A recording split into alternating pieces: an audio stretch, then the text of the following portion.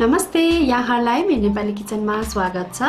आज म यहाँहरुमाझ corn डकको recipe लिएर आएकी छु।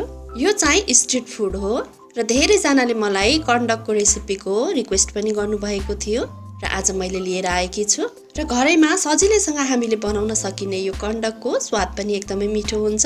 आउनुहोस् बनाउनतिर लागौं है त। कर्न डक बनाउनका लागि मैले यहाँ बोइल गरेको चिकन ससेजलाई लिएकी छु। मैले यहाँ सिङ्गो ससेजलाई यसरी बीचमा काटेर दुई टुक्रा बनाएकी छु र चीजलाई पनि मैले यहाँ यसरी काटेर लिएकी छु। हजुरहरूले चीज चाहिँ मोजरेला अथवा नर्मल चीज जुन पनि युज गर्न सक्नुहुनेछ। र यहाँ चाहिँ मैले ससेज स्टिकलाई पनि लिएकी छु र अब यो स्टिकमा हामीले काटेको भागलाई माथितिर पारेर ससेजलाई बिस्तारै उड्नु पर्छ। यसरी नै चीजलाई पनि हामीले स्टिकमा उड्नु पर्छ।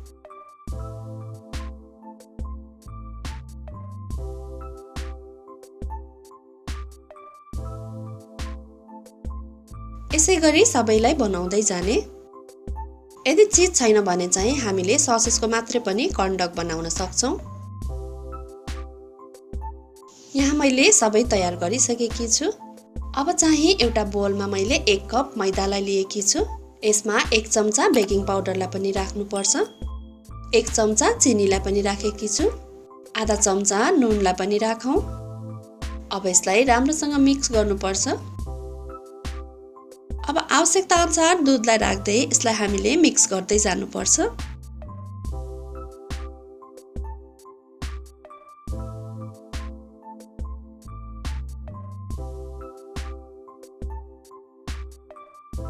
मैले यसमा 1 ग्लास जति दूधलाई राखेकी छु। अब एउटा अन्डालाई पनि यसमा राखेर यसलाई राम्रोसँग फिट्नु पर्छ। यसरी हामीले यसलाई एउटा बाक्लो घोल तयार गर्नु पर्छ।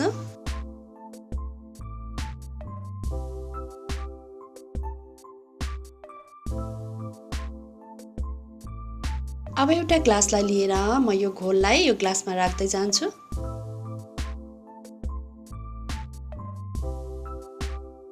र एउटा प्लेटमा चाहिँ मैले ब्रेड क्रम्सलाई पनि फिजाएर यसरी राखेकी छु। अब चाहिँ अघि हामीले स्टिकमा तयार गरेर राखेको ससेज र चीजलाई यसमा डुबाउनु पर्छ र यसलाई बिस्तारै घुमाउँदै यसमा घोल लगाउनु पर्छ। अब यसलाई ब्रेड क्रम्सको माथि राखेर यसको सबैतिर राम्रोसँग ब्रेड क्रम्स लाग्ने गरी राम्रोसँग हातले मिलाउँदै लगाउनु पर्छ। र यो चीजको भागमा चाहिँ हामीले राम्रोसँग कभर गर्नुपर्छ, नत्र चीज कभर भएन भने पछि तेलमा राखेपछि चीज फुट्न पनि सक्छ।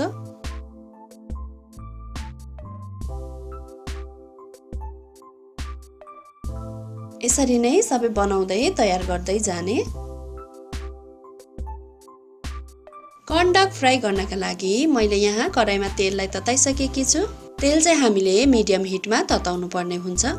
अब एउटा एउटा गर्दै हामीले यसलाई तेलमा राख्दै जानुपर्छ।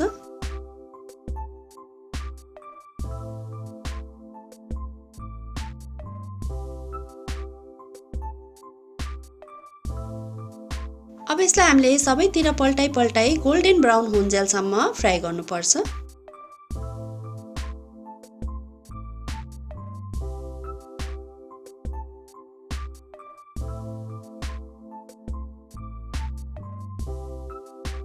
अब यो गोल्डन ब्राउन भएर फ्राई भइसकेको छ।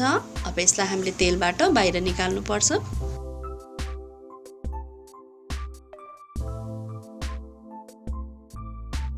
अब यो कर्न डक पाकेर रेडी भइसकेको छ।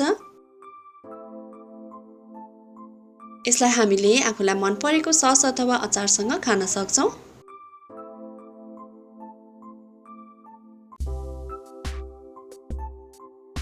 बाहिरबाट क्रन्ची र भित्रबाट एकदमै चिजी यो कर्न डक एकदमै मिठो बनेको छ। हजुरहरूले पनि यसरी नै घरमा कर्न डक बनाएर अवश्य पनि ट्राई गर्नुहोला। आशा छ यहाँहरूलाई मन पर्नेछ। यहाँहरूलाई मेरो भिडियो कस्तो लाग्यो? मन पर्यो भने लाइक, कमेन्ट र शेयर अवश्य पनि गरिदिनु होला। यहाँहरूले मेरो नेपाली किचनको फेसबुक पेज र इन्स्टाग्राममा पनि मलाई फलो गरिदिनु होला र यदि च्यानललाई सब्स्क्राइब गर्नुभएको छैन भने सब्स्क्राइब गरेपछि छेउमा रहेको बेल आइकनलाई अवश्य क्लिक गरिदिनु होला। यसले गर्दा मेरो नयाँ नयाँ भिडियोहरूको नोटिफिकेसन यहाँहरूमाझ सजिलै आउने गर्छ। हवस् त, यहाँहरूको दिन सुखमय बितोस्। धन्यवाद।